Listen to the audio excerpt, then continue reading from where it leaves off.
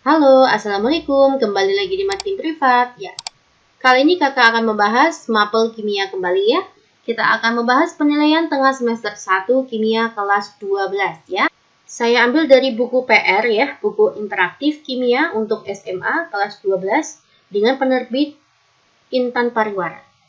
Oke ya, langsung saja. Nomor 1, fraksimol benzena ya, C6H6 dan toluena C7H8 dalam larutan yang dibuat dari 600 gram benzena dan 400 gram toluena berturut-turut adalah. Oke ya guys, misalkan saya mencari fraksimolnya benzena dulu ya, C6H6. Maka gimana rumusnya Mbak? Tinggal mencari molnya si benzena C6H6 dibagi dengan mol total. Ya, mol totalnya siapa Mbak? Berarti C6H6 ditambah dengan molnya C7H8. Begitu guys ya. Mencari mol itu adalah gram dibagi dengan mr. Benzenanya itu 600. Mr-nya benzena berapa Mbak? Dihitung ya. 12 dikalikan 6 ya, ditambah dengan 6. Oke, maka 78 dibagi dengan 600 dibagi dengan 78 ditambah dengan 400. Kita mencari mr-nya toluen ya. 12 kalikan 7 ditambah 8. 92. Oke, tinggal kalian hitung ya guys. Oke, saya sudah hitung. Ini hasilnya adalah 0,64. Ya, inilah fraksimolnya C6H6. Jika fraksimol C6H6 sudah ketemu, bagaimana mencari fraksimolnya toluen? Tinggal gini aja deh. Yang namanya fraksimol C6H6 ditambah dengan fraksimol toluena itu nilainya adalah 1. Maka nanti fraksimol toluena itu rumusnya adalah 1 dikurangi 0,64. Jawabannya 0,36. Oke, begitu ya. Ya, jawabannya itu adalah poin B. Ya, nomor 2. Jika tekanan uap jenuh air pada suhu ruang sebesar 105 mm Hg. Ya, tekanan uap jenuh air itu adalah P0 ya, sebesar 105 mm Hg. Tekanan uap jenuh larutan, ya yang ditanya itu adalah P. Berapakah P-nya? Untuk larutan NaOH 10%. Nah, di sini ada persentase ya. Ini adalah persentase massa, maka artinya GT-nya itu adalah 10 gram. Maka nanti sisanya itu adalah GP. GP-nya 90 gram.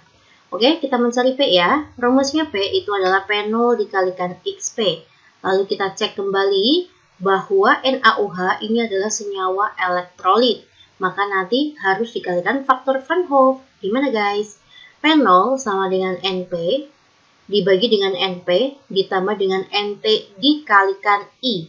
Yang dikalikan faktor Van Hoff itu hanya mol terlarutnya saja. Begitu ya. 105, oke, mol pelarutnya air ya. 90 dibagi dengan mr-nya. 90 dibagi dengan mr, mol terlarutnya itu 10 gram. Maka nanti gram dibagi dengan mr-nya ya. NaOH mr-nya berapa? 23 ditambah dengan 17, 40. Lalu kita kalikan I. Karena ini elektrolit kuat dan di soal alfanya tidak diketahui, maka alfa dianggap 1. Jika alfa 1, maka nanti nilai I sama dengan jumlah ionnya. Di sini jumlah ionnya ada 2. Na plus OH-, ionnya ada 2 ya. Maka saya kalikan 2, begitu. Oke ya guys, tinggal kita hitung. 90 dibagi 18 itu adalah 5. Dibagi dengan 5 ditambah, ini 1/4 ya. 1/4 dikalikan 2 itu adalah setengah. Oke, saya tulis di sini. Maka 105 dikalikan 5 dibagi dengan 5,5. Ya, berapa hasilnya? Oke, hasilnya itu adalah 95,5. Iya, begitu ya guys. Jawabannya itu adalah D. Sebanyak 108 gram campuran glukosa. Oke, maka 108 ini ada siapa aja? Ada glukosa dan ada urea. Glukosa memiliki mr 180 ya. Sedangkan urea itu mr-nya adalah 60. Dilarutkan dalam 500 gram air. Oke, GP-nya itu adalah 500 gram. sehingga larutan mendidih pada suhu 100,832 derajat Celcius. Apabila nilai Kb-nya adalah 0,52 Celcius per molal, perbandingan massa glukosa dan urea. Oke ya guys. Ya, bagaimana kita anggap ini adalah X gram? Maka ini kita anggap 108 min X gram. Begitu ya guys. Nah, oke, kita masukkan ya. Delta TB itu rumusnya adalah NT1 ditambah dengan NT2. Ini adalah mol terlarutnya ya. Karena lebih dari 1, maka saya buat NT1 ditambah NT2 dikalikan 1000 dibagi dengan GP dikali dengan KB. Oke. Nah, ini karena pelarutnya air, maka nanti ketemulah delta TB itu adalah 100,832 kita kurangi dengan titik didihnya air, yaitu 100 Celcius ya. Maka delta TB-nya 0,832. Ya, kita masukkan ya ke sini. 0,832. NT1 ya kita anggap sebagai glukosa. Gram dibagi dengan mR-nya ya, 108. NT2 maka nanti 108 min X dibagi mR-nya itu 60 ya guys. Ini adalah 1000 dibagi dengan 500. KB-nya itu adalah 0,52. Oke. Ini 2 ya. 0,52 dikalikan 2 itu adalah 1,04 ya. Maka nanti 0,832 saya bagi dengan 1,04 ya. Hasilnya adalah 0,8 ya. Saya masukkan di sini 0,8. Lalu ini kita kalikan silang aja ya.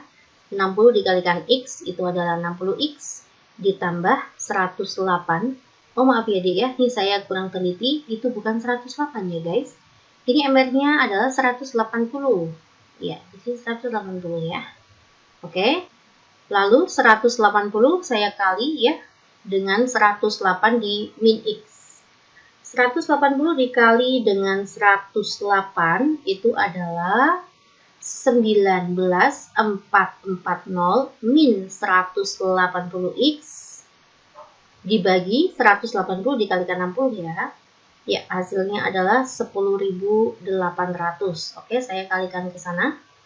10.800 dikali dengan 0,8 itu adalah 8640. Saya kurangi langsung aja ya dengan 19440. Ini kita pindah ruaskan ke ruas kiri. 60 dikurangi 180 itu adalah min 120X. 8640 dikurangi 19440 itu adalah min 10.800.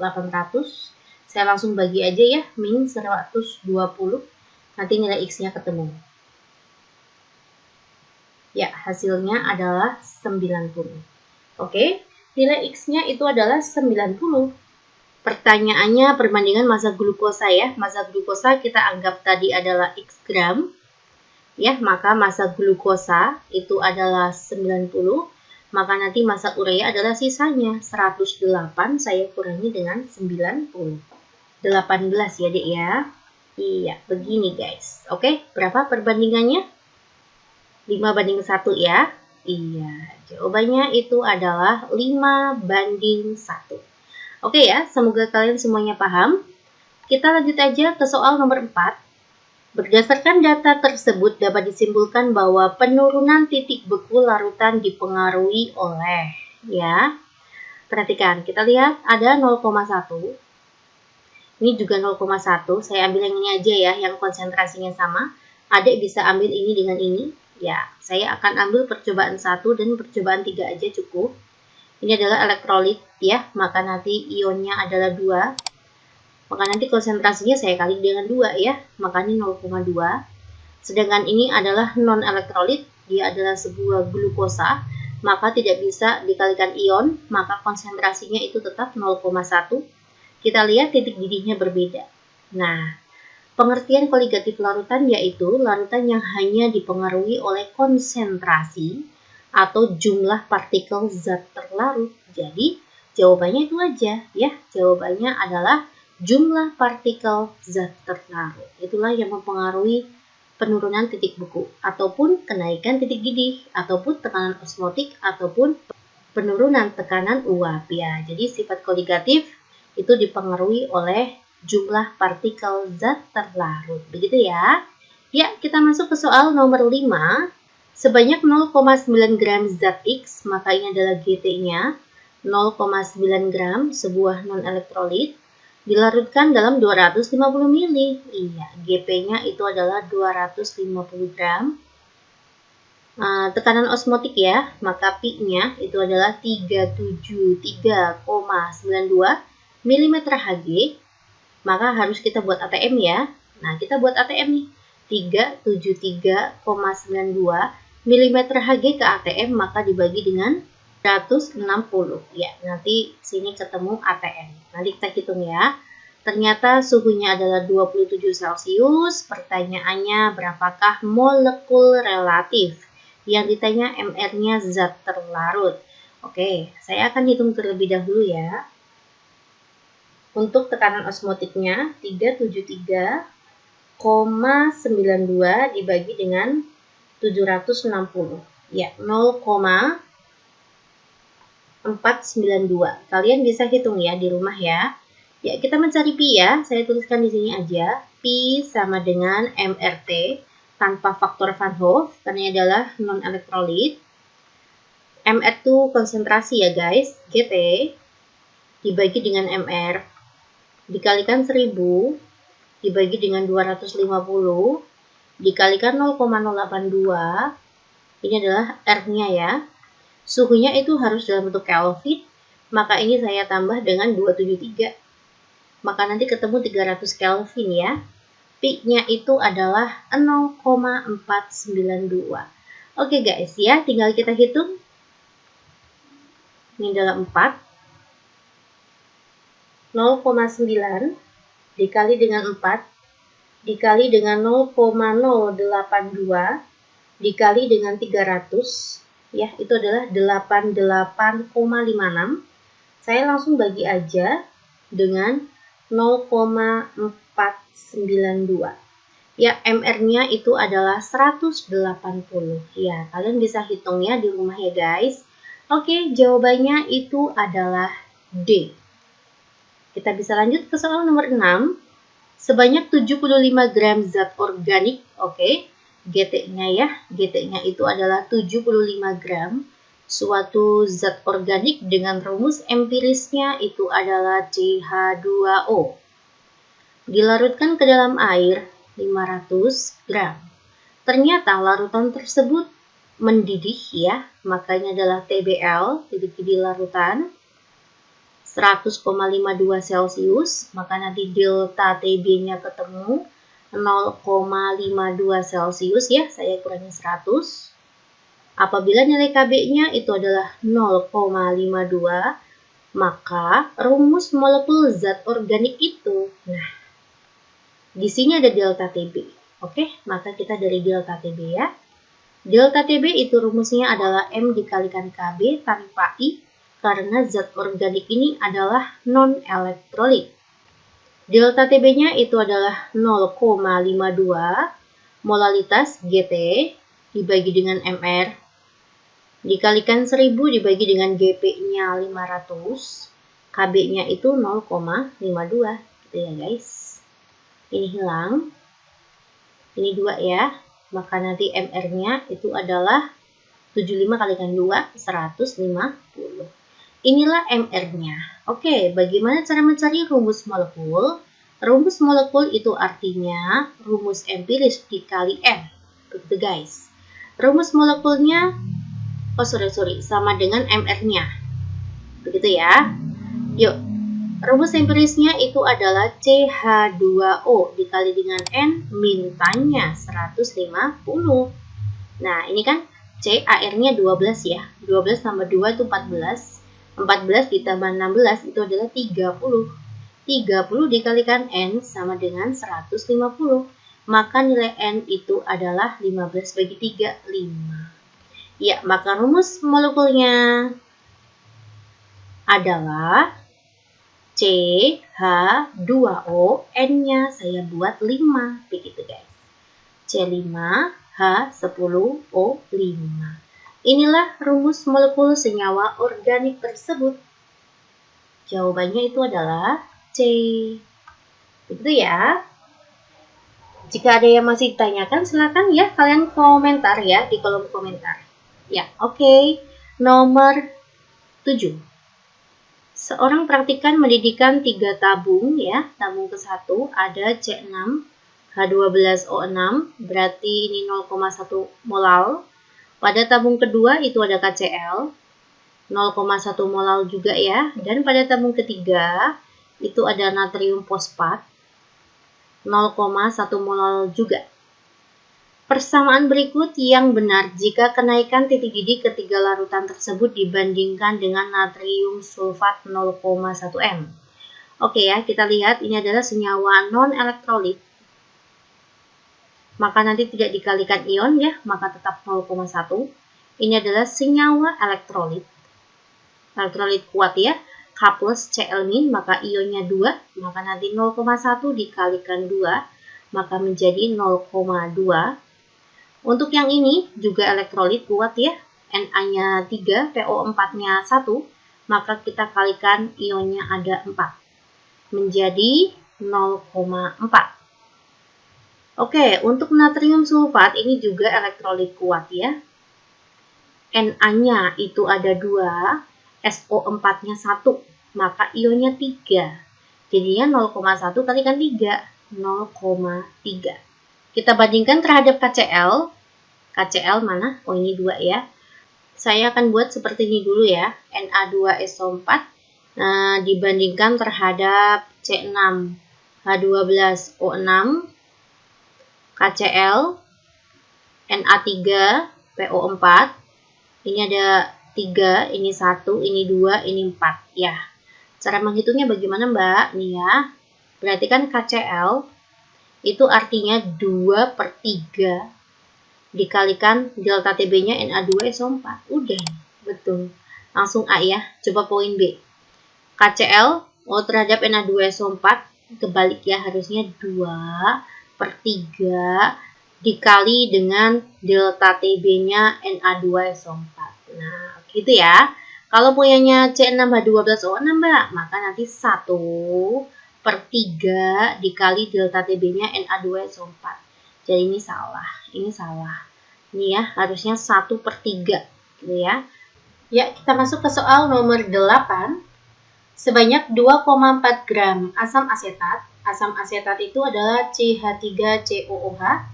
Berarti GT-nya diketahui 2,4 gram.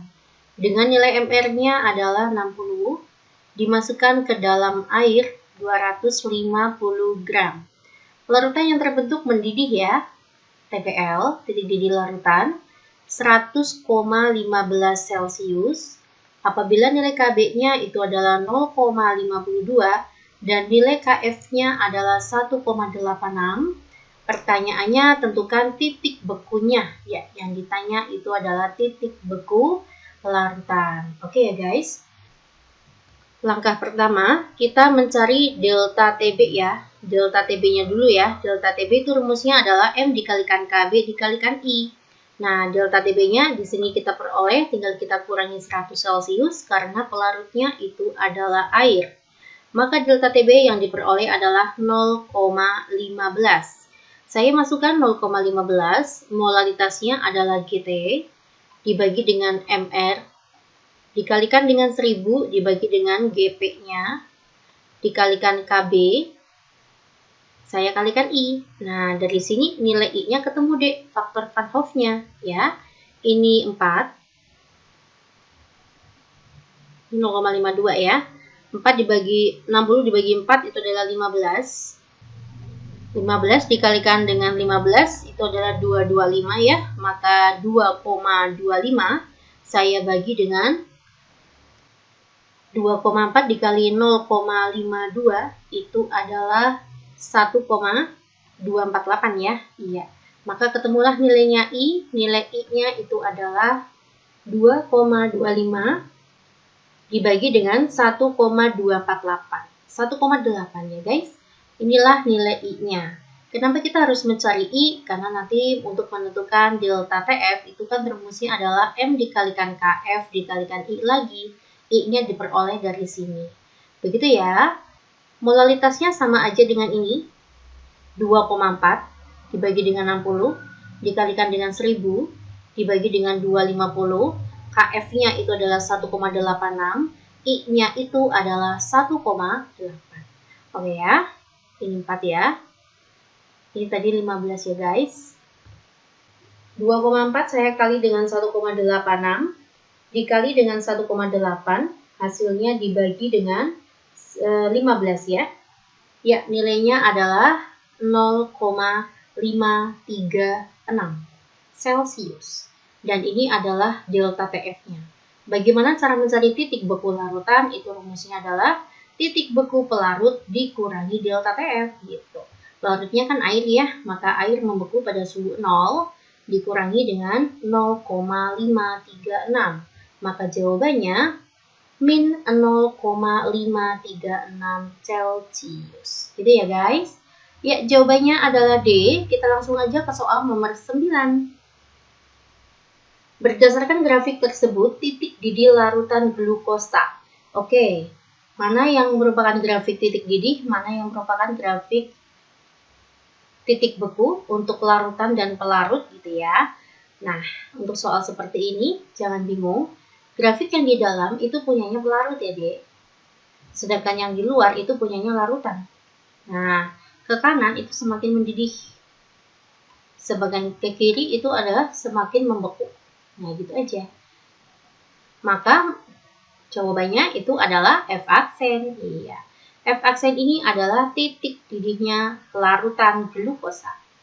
Sedangkan E aksen ini adalah titik didihnya air atau pelarut. Kalau misalkan yang ditanya adalah delta TB, maka rumusnya adalah E aksen F aksen. Gitu guys. Oke ya, maka jawabannya itu adalah poin B. Ya, nomor 10. Larutan berikut yang memiliki titik didih paling tinggi. Kalau mencari titik didih yang paling tinggi, maka cara cepatnya kalian carilah konsentrasi yang tinggi juga. Titik didih berbanding lurus terhadap konsentrasi.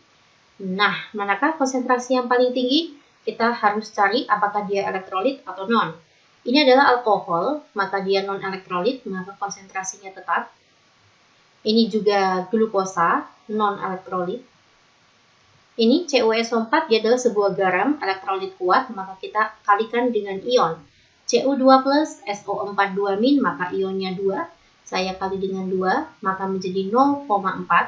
Sedangkan K2SO4 itu ionnya 3 ya. K-nya 2, SO4-nya 1, maka saya kalikan 3, 0,3. Yang ini Na+, Cl-, maka ionnya 2, 0,6. Iya. Manakah yang titik didihnya paling tinggi? Konsentrasi yang paling tinggi itu adalah poin E, begitu. Oke ya guys, ya. Nomor 11. Jika titik didih larutan CH3COOH 0,2 M sama dengan titik didihnya Ki. Oh iya. Berarti titik didihnya si asam asetat sama dengan titik didihnya Ki. Oke ya. Kalau titik didihnya sama, otomatis delta TB-nya juga sama. Nah, pertanyaannya, berapakah derajat ionisasi CH3COOH? Saya masukkan ke rumus ya. Delta TB itu rumusnya adalah molal dikalikan Kb dikalikan I. Sedangkan ini Ki juga sama ya. Molal dikalikan Kb dikalikan I. Oke, molalitas untuk asam asetat itu adalah 0,2. Dikalikan Kb saja, pelarutnya kan sama ya, maka Kb-nya nanti kita bisa coret. I-nya berapa? Nanti I-nya ketemu. Untuk Hi 0,15, Kb-nya Kb aja, kita bisa coret seperti ini. Berapakah nilai I-nya? Karena Ki ini adalah elektrolit kuat, maka nilai I sama dengan jumlah ionnya. K plus I min ionnya ada 2, maka saya kali 2. Oke ya guys. Maka ini adalah 0,1. Nilai I adalah 0,15 dibagi dengan 0,1. Jawabannya itu adalah 1,5. Ini nilai I-nya. Lalu saya cari ya di sini ya. I itu rumusnya adalah 1 plus N-1 dikalikan dengan alfa 1,5 sama dengan 1. Ionnya berapa Mbak asam asetat? Asam asetat itu ionnya 2 ya. Begini caranya. CH3, COO- dan H+, ini ionnya ada 2. Koefisien yang dihitung ya, 1 tambah 1 itu 2. Maka saya 2 kurangi 1 kalikan alfa. 1,5 dikurangi 1 itu adalah 0,5. 2 dikurangi 1 itu 1. 1 kalikan alfa itu adalah alfa. Oke, alfanya adalah 0,5. Paham ya? Nomor 12, perhatikan ketiga larutan dalam labu Erlenmeyer berikut. Jika ketiga larutan tersebut diukur titik beku dan tekanan osmotiknya, pasangan larutan yang mempunyai titik beku dan tekanan osmotik paling rendah. Oke guys, perhatikan. Jika mencari titik beku yang paling rendah, kaitannya kan titik beku dan tekanan osmotik yang paling rendah ya. Titik beku itu berbanding terbalik dengan konsentrasi. Jika mencari titik beku yang paling rendah, maka kalian carilah konsentrasi yang paling tinggi, begitu ya guys. Tetapi kalau untuk tekanan osmotik dan titik didih itu berbanding lurus. Kalau mencari titik didih atau yang di sini yang ditanya tuh tekanan osmotik ya. Tekanan osmotik yang paling rendah, maka carilah konsentrasi yang rendah juga, berbanding lurus. Begitu ya guys. Ya, dari sini konsepnya kita sudah peroleh nanti hasilnya. Untuk Erlenmeyer A, itu ada larutan KBR 0,2 M. Untuk B, itu ada CaCl2 ya, 0,1 molal. Untuk C, ada CONH22 0,1 molal. Kita cek terlebih dahulu. KBr ini adalah elektrolit, maka kita kalikan ionnya 2 ya. Maka konsentrasinya adalah 0,4. Ini Ca-nya 1, Cl-nya ada 2, maka kita kalikan 3 ionnya menjadi 0,3. Ini adalah urea ya guys, maka tanpa dikalikan ion tetap 0,1 M. Nah, manakah yang titik bekunya paling rendah? Kamu cari konsentrasi yang paling tinggi.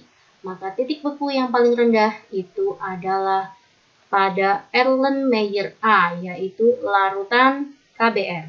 Manakah yang tekanan osmotiknya paling rendah? Kalian cari yang konsentrasi paling rendah juga. Nah, pada Erlenmeyer C ya, ada urea nih. Dia memiliki tekanan osmotik yang paling rendah, begitu ya. Maka jawabannya adalah A dan C. Titik beku paling rendah itu adalah A. Tekanan osmotik yang paling rendah itu adalah C. Iya, begitu guys. Jawabannya itu adalah B. Next, kita masuk ke soal nomor 13. Sifat koligatif larutan yang paling tepat berhubungan dengan fenomena dan dalam wacana tersebut.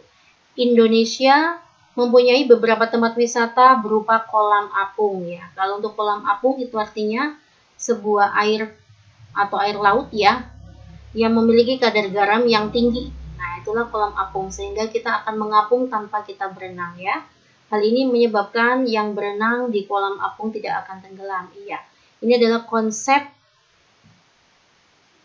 tekanan uap ya. Ya, ini adalah masuk ke konsep penurunan tekanan uap. Oke, atau delta P. Ya guys ya, yuk lanjut kita masuk ke soal nomor 14.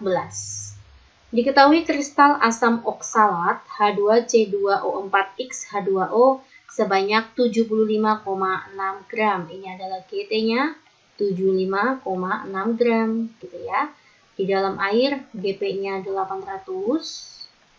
Ternyata membeku ya, titik beku min 2,43 karena ini pelarutnya air, maka nanti titik beku delta TF-nya itu adalah jadi positif ya. 0 dikurangi min 2,43 ya. Maka nanti delta TF-nya 2,43 Celcius. KF-nya itu adalah 1,8. Alfa ya, ini derajat ionisasinya adalah 0,4. Rumus kristalnya. Oke, untuk mencari rumus kristal maka kita membutuhkan MR ya. Kita mencari MR. Dari delta TF itu rumusnya adalah M dikalikan KF ya. kita kalikan I, karena dia adalah suatu senyawa elektrolit.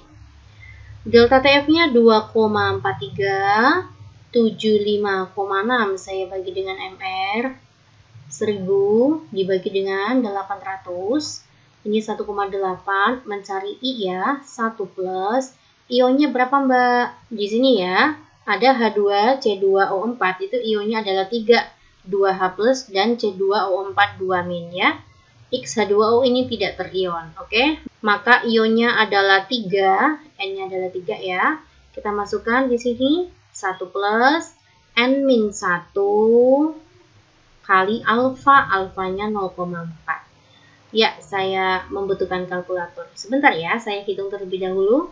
75,6 dikali dengan 18, yaitu 1360,8. Saya kali dengan ini ya.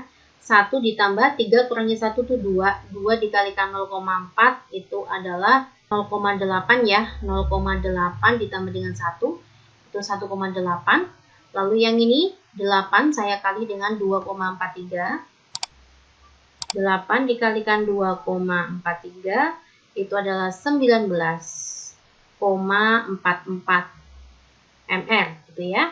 MR-nya diperoleh 1360,8 dikali 1,8, hasilnya dibagi dengan 19,44. Ya, MR-nya itu adalah 126 guys. Ketemu ya. Nah, bagaimana cara mencari nilai X-nya ya? Ini yang X yang di sini. Bagaimana cara mencarinya? MR H2 C2O4 XH2O. Ya, MR yang diperoleh itu adalah 126. Ya, H itu 2 ya.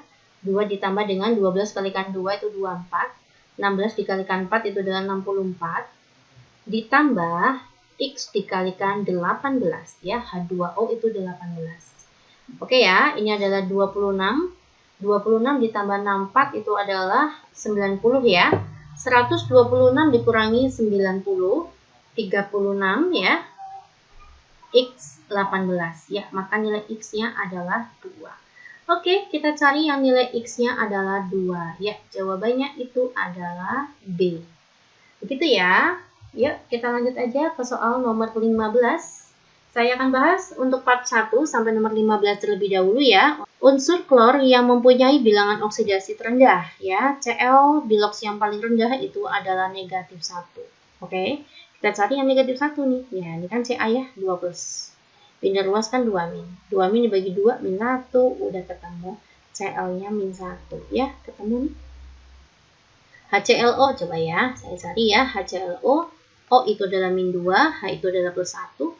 1 dikurangi 2 itu kan min 1, maka Cl-nya plus 1. Di sini berarti plus 1 ya.